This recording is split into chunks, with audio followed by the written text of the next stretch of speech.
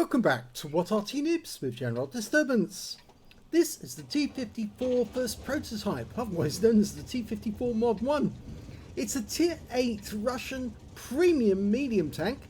It's located on the north spawn of Fisherman's Bay and it's under the command of Awppenheimer. Yes, he's actually using his original account again.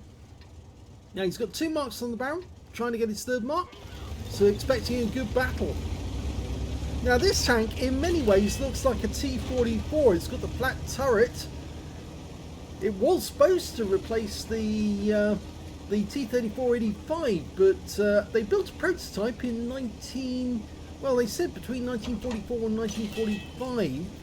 It was designed in 1944 and it first went through the trials in 1945, but it never passed, so they never produced it. Mind you, they kept on at the T-54 and eventually they did build them. Of course, it wasn't known as the T-54 until they actually went into production in the 50s. Okay. Now this tank is basically a counterpart to the T-44-100. They're both premiums. The T-44-100 has speed and firepower, whilst the T-54 first prototype has armour and a fairly decent gun as well. A little slower though. Now it's got a 100mm gun which is capable of doing 150 alpha, if I remember correctly. Let's just check that. 150 alpha? No, 250 alpha. What am I saying? 250 alpha with 190mm of penetration from standard rounds, and with the premium rounds it will actually do, what is it? 247.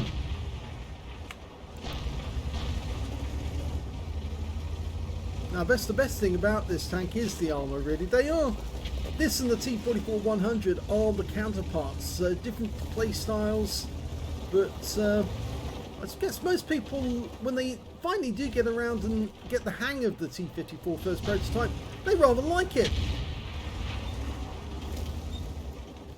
It does have a few weaknesses. It has poor gun handling, a fairly low top speed of only 44 kilometers an hour. It's very slow compared to some other tanks, and it's also got a short view range, a fragile engine and ammo rack.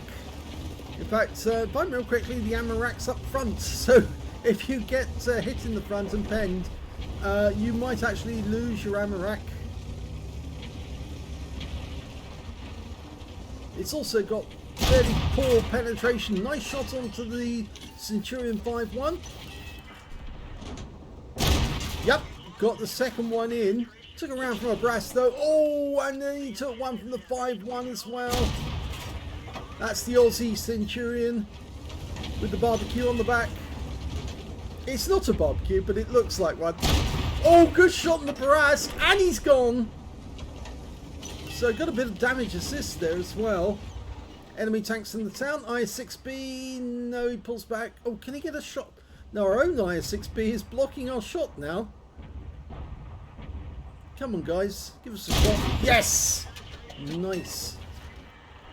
Well, it looks like Awppenheimer now has the centre of the map, and that gives him plenty of options. Centurion 5.1 tries to run away, but it's just too late for him. T-32 is almost a dead duck. He's a one-shot. Now that IS-6 is not.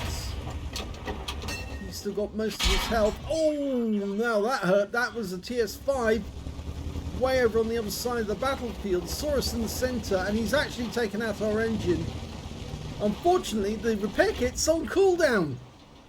So he's just... Oppenheimer's going to have to stay here for the meanwhile and just try and do what he can, because he's not going to be able to move away from here very quickly.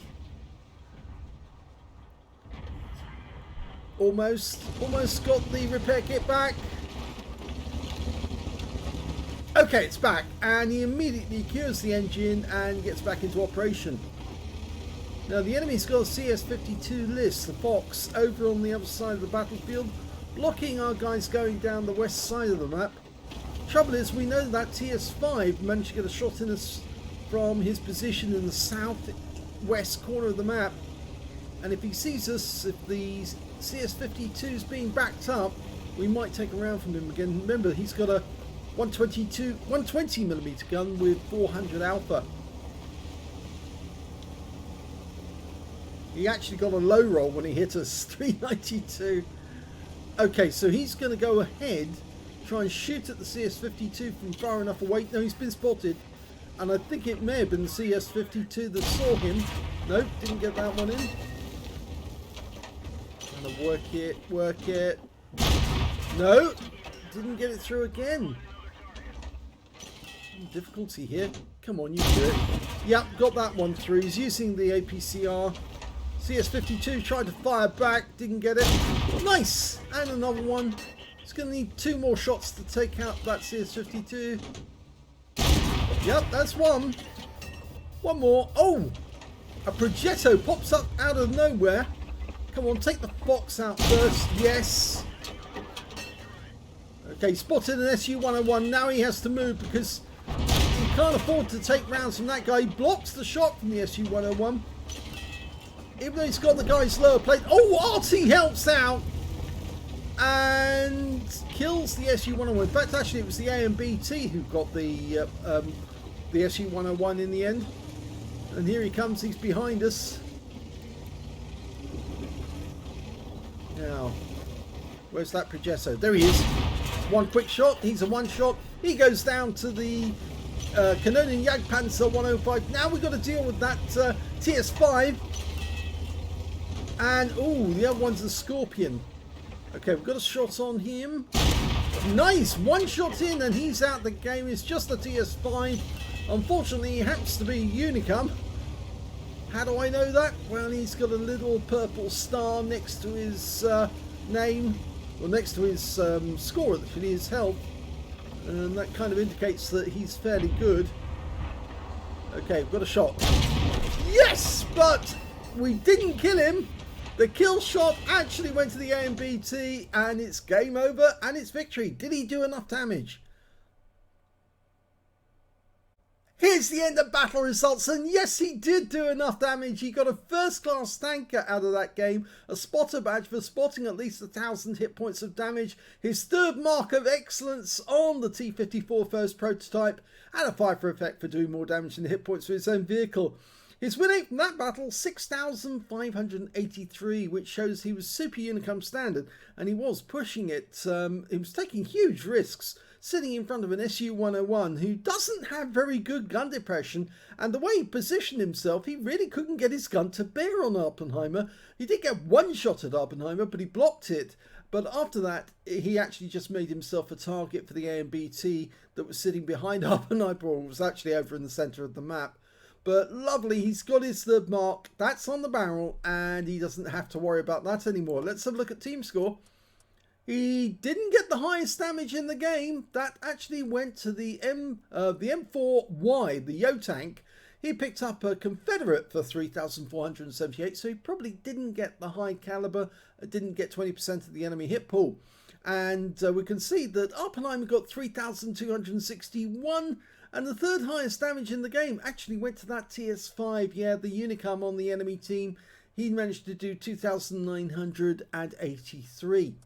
When it came to kills, he shared the top spot with the IS-6B on his team and the AMBT. They all got 3 kills apiece, so they could have platooned. But in actual fact, Awppenheimer was in platoon already with the 703 the 122 rapturing. And so the other ones were the IS-6B and the AMBT, yes. When it came to base XP, he did get that one, 1,291 base, 1,013 went to the 703 his platoon mate, and 979 went to the AMBT.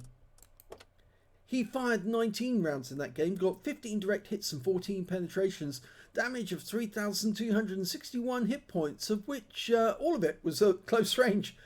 5 hits received from the enemy, 3 penetrations, 2 non-penetrations. It is a medium tank, and although it can deflect shots from the front of the tank, and he did deflect the shot from the SU-101, unfortunately he took a round through the side from that TS5, and there was no way he was going to stop any rounds from that guy because he just had too much penetration.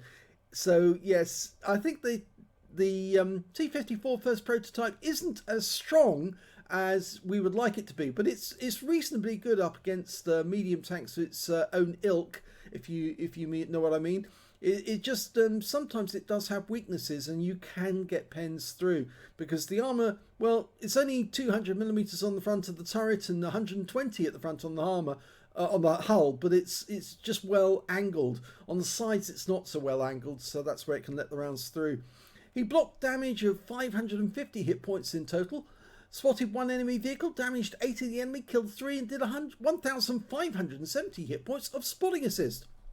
He earned 108,498 credits from the game, 54,249 from personal reserves, total of 162,747 altogether. After repair, ammunition, resupply and consumables, and yes, he did fire some premium ammo, he actually ended up with a profit of 61,817 credits.